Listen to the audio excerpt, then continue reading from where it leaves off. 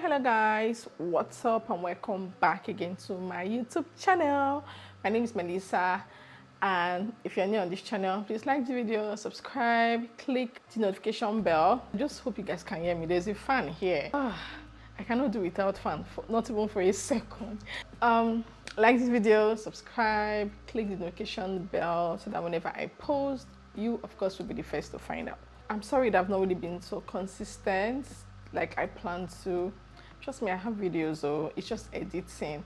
Okay, when I initially came to Nigeria, I was chilling, but somehow I just find myself being stressed, and what's even stressing me right now is NYSC. Anyway, you guys see, before I continue with this video, I know some of you will come to my comment section and say you complain too much. I don't know what you guys want. Like, I don't know. So you want to hear the good parts all the time. You're not open to hear a balanced overview of everything. And if I now dwell on saying just the pros, another set of people will come and say, hey, you're not being real, you're fake. See, this is me, this is who I am. I know the comments will come, so I just want to quickly give a disclaimer before you continue with the video or before you continue watching my other videos. This is Melissa. I've been doing this thing for years. This is who I am, and your comments will not even change me. Unfortunately, it won't, because this is who I am. I cannot even pretend to be another person. When I went to Canada, same. When I was living in the UK, same. This is who I am. So know this and know peace. So guys, a lot has been happening to me. I'm very active now on Facebook. If my Facebook now pays me, guys, I feel so happy to be earning from YouTube, Facebook. I'm now monetized on TikTok, but the money is still very small. But I'm very excited that I now make money off Facebook. Like, I'm so excited. I'm in Nigeria, it's big money. Any small money I make in dollars or pounds is big money. Call me Melissa Pounds and Dollars. I'm just here to just you guys something that happened to me in Nigeria. In all honesty, Nigeria is not a country that you make plans. So if you're planning on doing Japada, have it at the back of your mind that you cannot make plans in this country. You cannot budget in this country. I'm gonna talk about my reverse culture shock in another video, but you just cannot make plans in this country, and it's so sad. You can wake up one morning and view your money is gone because insurance where. I mean, in the UK, when I had an accident that I came to tell you guys, insurance provided a courtesy car for me. They sorted out everything for me. I paid SS, but they refunded my SS for me. So they literally sorted everything out for me. But in Nigeria, I heard there is insurance, but do you actually trust the system enough? Unfortunately, I do not trust the system enough with my money. I do not trust these companies. I mean, I know somebody encouraged me to get health insurance for my kids, and it was totaling about 2.1 million. I know my husband was pushing at the time, get it. You know, when you come, with that abroad mentality, pay this thing, get this thing done. I don't want to hear stories. This is 3 months in, and my kids have not even fallen sick. So far, it's only catching my first son that had malaria, which just went away in 2 days because I started him on anti-malaria and antibiotics, and my twins as well. I didn't wait for them to fall sick because they sleep in the same room. I treated both of them of anti-malaria. So what's now the point? I'm like, my kids are not even the kids that fall sick often, so there's actually no point. So I didn't get to do health insurance. Even myself, since I came, it's now that I'm actually falling sick. I just finished my anti-malaria and I'm on antibiotics because I've been coughing since I came to this country. I know I'm digressing. What I'm trying to say is that I don't believe in insurance. So I don't believe in paying my money monthly because I kind of feel like when the time comes, there's a lot of story. Because I mean, in this country, there are laws, but if you know, you know, right? There is actually nothing, no measures being put in place to protect citizens of Nigeria from exploitation. So there's no single way I'm going to bring out my money for anything called insurance, because if insurance companies should decide not to do what they should do when I actually need them, there's no ombudsman to report to. You're literally on your own. So I don't think I trust insurance enough. On that note, I'm just trying to say that you cannot really make plans in Nigeria. You cannot. In fact, this morning I just finished ranting to my husband that the money he gives us is not enough. At this point, he needs to increase it, because this month I find myself spending way more. In fact, in a particular day, I incurred bill of 400,000 just like that. What happened? This was a few days ago. I woke up in the morning, right, preparing myself to go for my NYSC registration. So I've not saved yet. I graduated and got married and traveled almost immediately, so there was no time for me to do my NYC, and I didn't want to stay back for NYC purpose. Even when I was supposed to even stay back to have a wedding, society wedding, which has always been my dream. But I mean, at the time, we could not afford a society wedding. I mean, we could just afford to do something small. So I did a very small traveled to the UK and did small wedding. We didn't have to. I'm just trying to say, like, I didn't want to even stay back in Nigeria for a second. I was fed up, just the way I was fed up of the UK. Like, I didn't even want to stay in the UK for a second. That's how I felt then. I didn't get to do my NYSC. So now that I'm in Nigeria, I decided to just, to get my NYSC done. I mean, it cost nothing to get it done. So I thought. On this morning, I was preparing to join my driver and the kids in the car. So my driver and my nanny was going to take my children to school, and all they needed to do was to just drop me off somewhere, and then I would sort myself out. I got ready, and somehow my phone just fell on the tiled floor and my screen just smashed, like flat. I'm like, my God. I tried to make myself happy. It was very painful, very heartbreaking. I just tried to make myself happy. I'm like, God. Like, I was really pained. This is the second time I'm smashing my phone. The first one, it was smashed, insurance got it fixed, and my husband took it and got me this one. Now, screen has smashed. Right, I put myself together, went out. Now, getting to the NYC registration center, see crowd. I'm like, Jesus Christ. There were lots and lots of crowd. I think mainly because people just actually graduated, I think. So this is NYC badge C. Okay, first of all, you need to create an email where they will send you the link that you used to register. That one itself took its own time, no network. I was so frustrated. Nigeria is not programmed in a way, just the way it's when it's cold in the UK. Almost all the houses have heater. Nigeria is not programmed in a way for a country with hot climate. Ideally, there should be AC everywhere. It should be the standard, just like when you go to Dubai. Sadly, it's not like that in Nigeria. AC is actually for people that can afford it. It doesn't come auto-installed in the house. No, nothing like that. So this place had no AC. The fan served. God. There was no light. We had to contribute money for the gen, 200 naira each. All right. Time to generate the email. Network. I spent a lot of hours trying to generate just email. Finally got that done. Waited for it to matter. Like I said, the crowd was insane. When it finally got to my turn, guess what? They said I cannot progress with my registration because the last name on my NIN is my husband's. Meanwhile, my certificate bears my maiden name, which is Okani, and my NIN bears Oti. Does that even make sense? Why am I married then? If that is the case, then all I need to do is provide my affidavit, my marriage certificate, and of course my newspaper publication, which I was with everything. But no, the system is not programmed to make your life comfortable. It's programmed for you to be stressed. Like I said, I'm just going to give you guys a balanced overview of my life in Nigeria so that it's not all sweet and yummy and I'm coming here, I'm showing you guys suya, I'm showing you guys this. I'm not even showing you guys, to be honest. If you notice, I'm hiding myself. I'm trying to hide because I don't want problems. People have succeeded in instilling fears in me that I'm even to vlog. If I want to vlog, maybe inside this house, if I go outside, I'll just capture one small place because God, I beg, and I don't poof here from my body. Everybody they call me, I beg, families, they are all calling to beg me as well. So I was so down, like, what do you mean? So what do I need to do now? They said I have to go to town secretariat and change my NIN from Oti to Okani. Okani is my maiden name. I'm like, are you kidding me? Why do you put people through this kind of stress? Because after I'm doing my NYSC now, I have to change back to Oti because that's my name. What do you mean? Oh, thankfully we were about two that were affected. Then the other person came with his sister. We had to board by because honestly, I cannot come and start doing Serere. Oh no, I don't want to enter along. I don't want to enter by because I don't know where I'm going. They are the ones that know where they are going. That's why if you notice my voice is even somehow. I had to board the bike with them because if you leave abroad and you come back, you cannot enter a bike. A lot of things will change. You can't enter because you'll be like, hey, my God, like you feel like you want to sleep out because it's so risky to enter bike that we're flying there.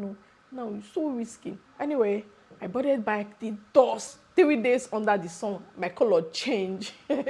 I'm trying to get my color back right now. It changed. I entered bike, dust, Jesus Christ. Boarded along, dust, no AC inside. Oh, which AC inside along for waiting? Along, that one that you stop. Because I don't know road, I'm following them. All okay now, we got to secretariat, no network to change my name. We're stuck for hours. It first started with when you're trying to capture your face, the thing was not working. You try. If I'm not even exaggerating, it's more than 20 tries just to capture my face. System was not picking our faces. That one passed. When it finally picked, I had to go outside the building to do it. Time to make payments. I was not able to make payments. It was not working. Nothing was just working. So thankfully, the staff were very welcoming, because one thing about Nigeria, your approach matters a lot. Me, I'm so polite though. Hey, you see that man, sir? I will download you with my answer. So polite, so she was so kind, very helpful. Helped us, with the payments. We transferred the money to her account and she helped us. Everything, hours under heat. Like the place was hot. Which AC we were. Finally, we're able to complete the process, but they said we now have to come back the next day. Like, this is something you should be able to do in the comfort of your home. 15 minutes, you're done. But Nigeria will stretch you. They had to tell us to come back the next day because something needs to drop and there is no network. It might take 24 hours. So the next day, I was there now, 9 o'clock. Office never open. Office open 11 o'clock. Finally got in. Thankfully, mine had dropped, but the other person's one did not drop. All right, that's why I carried my new NIN, bearing my maiden name, back to the NYSC office. No network. As I'm talking to you, at the time of making this video, I still have not registered. Period of registration ends today. So that means I'm not going to join batch C because no network. Ideally, this NYSC is something you should be able to do in the comfort of your home. Maybe when the time to thumbprint, you can then probably just go to a cyber cafe to thumbprint. But capturing a registration, you can do it at home now. What's there? But nah, this is Nigeria. So back to the day that my phone smashed. Obviously, that day, NYSC network, went to NIN office. NIN asked me to come back the next day. So let's just go back to that day. So that day, I went home. Then I realized I needed to quickly make vegetable soup. So we didn't have vegetables. I mean, vegetables is not something you buy and keep at home now. So we normally buy vegetables somewhere down the road, like 5 minutes or 8 minutes drive from my house. I drove there, finished buying. Time to drive out. There was a Coca-Cola truck parked on the right. I honk at this person, honk at this person. You have to keep honking. I mean, anyhowness of the country. So I honked at this person, honked and honked. No response. I just assumed, oh, nobody is in the vehicle. So I decided to overtake. And if you see where this person parked, ideally a sensible person should not even put their vehicle there. Apparently, this guy was there and he ignored my honking. So I decided to now overtake. The moment I started moving, I started hearing on my car. His own vehicle was just damaging my car, like giving my car one long line. In fact, three lines, like bent kind of line, or not just line, like the car enter inside, like, because it's a truck now, just pushing my car inside, like the right part of my car, the two doors. So from the bumper, just, I don't know what they call car, bumper to bonnet, I don't know if it's the same thing, but just like from the boot of the car, like side of the boot to the front of the car, three long lines that are inside. Do you get what I mean? Not just line, inside, so the car needs panel beating. He saw me overtaking, he started to move. And there is no freaking way both of us can move at the same time on that tiny road. That's the story of my life. People were saying, hey, this man did not stop for anybody. Because people didn't see the damage. Because, they didn't see the damage. People were just, hey, this man, carry your vehicle, come friend. They didn't see it. So the man just left. He didn't even bother to check anything. Some people came and they were looking at me like, hey, madam, your car spoiled well. I was like, how much damage? They said, madam, he's spoiled well. Tears nearly came down from my eyes. And I was not even ready to see the damage. Because I needed to continue driving. Because I know myself, I can be very emotional. And I was going to go through a major road. I driving in Nigeria. Finally drove to filling station very close to my house to just fill up my tank, and then I came down and I saw the damage. Wow. I just broke down in hot tears because, no insurance. I wailed, not cry, I wailed. When they say Jesus wept, I wailed and I wept and I cried and I crowed. like a baby. My eyes red. The phone attendant started encouraging me. Like I from nowhere, I just started telling the man my life's problem because that day was already too much. Phone don't smash, NYC wahala, NIN wahala. Now my car. Finally encouraged me. I should not worry. Everything happens for a reason. What if I had died? Anything that would take my head, let it take my money. You know, that kind of thing. Encouraged me. Finally drove home. Made my soup.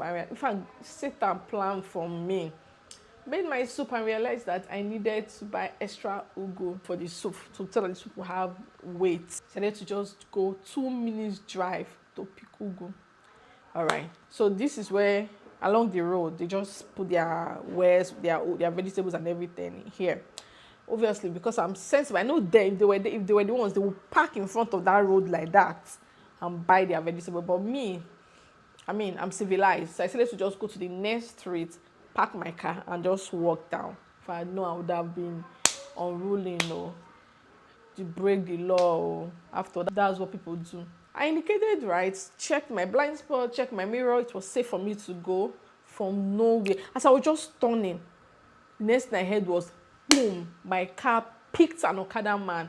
I saw the man struggling, like the man has already lost control of the bike, struggling, and boom, bam, he fell into the gutter. Thank God, because there was even like one kind of rock somewhere. If this man had hit his head on this rock, tell me what would have happened to me.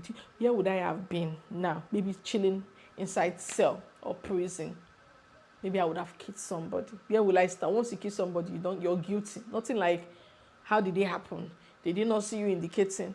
Look at me, guys, look at me. People were shouting, hey, Jesus, you don't get personal. I just parked my car. I'm like, God. And that 2 seconds, I was just seeing the man struggle. I was like, God, like my heart left my body. Finally came out. I'm like, Oga, why? He saw that when I was trying to turn. He didn't want to wait for me to turn. He just shook his head inside so that it would pass before I turned. Does that make sense? I was already turning. Hi. I look this person, I just weak. I'm like, Oga, you waiting me this? You want to kill me? What if you die? What if you say your head not here? And his bike pieces, so not like broke into two, but parts of his bike just flew up, like broke. This man started acting like he didn't understand English again. Started speaking another language. I don't want to call the language, but if you know, you know. Started speaking, and his fellow people bike people came to intimidate me. And guess what? Because it was supposed to be like a 2-minute trip, and my phone had smashed in the morning. My phone wasn't really like the best thing for me to see, so I was trying to avoid my phone not to get angry. So I just left my phone plugged in somewhere. I didn't even carry it. If my phone screen hadn't crashed, I would have carried my phone. But when you keep seeing it and you're upset, I just left it there, after just 2 minutes. So there was nobody to call. I could not ring my driver. I could not even ring. My estate as well. At least I know a few people around that I could have just called. Couldn't ring anybody. I have a police contact, and the man is not small. I would have called that man. I could not even call him because he said anything. In fact, I have soldier and police contacts. Sir, don't try me. Hey, big people on me. So, if I have any problem at all, I should call them. But obviously, I've not even called them. I just need to chat, but I've not called them for any problem. But I would have called them, and I promise you they would have calmed down because they have my back like mad. So I was just there alone. So 2 people, one security man and one guy that sells shoe came. They were shouting at the man, "Una impatience now go kill una. You see, say this guy indicate right. Do they even know the meaning of indicating? Do they even know what it means for one right light to blink or left? They don't know. They don't care. They don't know. Even if they know, they don't care." They were trying to intimidate me until I found my voice. I said, wait, they said I should pay 50,000. Hey, you look me like, I said, if you look me, as you see me, so if you train me up, chop that 50,000 no go drop. 1K no go drop. I got so upset because they were taking my time. 1 hour, 30 minutes I was there, judging case. Right. Jesus Christ. So, finally, when I now realized that, okay, the other two men had my back, they were speaking in my favor. So I gathered liver and I now told them that, you know what, I'm done here. Let's go to the nearest police station. They said, no, if you want to go to police station, we'll go to one. There's one around there. I said, no, that's the one you know. Make they go main police station. Make they go first, she's called first CID or wherever. Because I know that's where the person is. Make they go there. I promise you guys, You see this damage where you, this small damage where you have for my car. If you no pay, you go spend the weekend for that. I can't get mind. You go sleep for sale. You go, if you talk, because they were acting like they were gonna do something to me or touch my car. They were acting. I'm like, if anything happen to Una, go sleep for sale. As in, I said it with so much audacity. Now they can't calm down. Begin, because Nigerians can be very intimidating. You know, he started begging me. In fact, PG English, I show him. PG now I take face them. And mind you, the man was still acting like he didn't understand. He didn't say a word in English. The man, the bike man, there was even others that were speaking pidgin. He refused to act like, because there's no way you're a bike man here and you don't understand pidgin. He just was not interested in speaking English. Anyway, when I realized that my man don't begin this sharp, he now started begging me that, okay, what do I have to give? I should give 10K. I said, I don't have 10K. Okay, out of the kindness of my heart, I'm going to give you guys 5,000 naira. I'd be like, no. To be honest, the damage was a lot, but I don't care. And, you know, so the other guys that were speaking in my favor said, maybe I collect this money. If I go police station, I go spend more money for there. Or by the time they bail Una. I mean, I was serious. Not be Nigeria police. That for me to spend that money on that bike, I would spend money and dash police and they would deal with you. That was I just withdrew 5,000 from one POS and just told them good riddance, and I went home.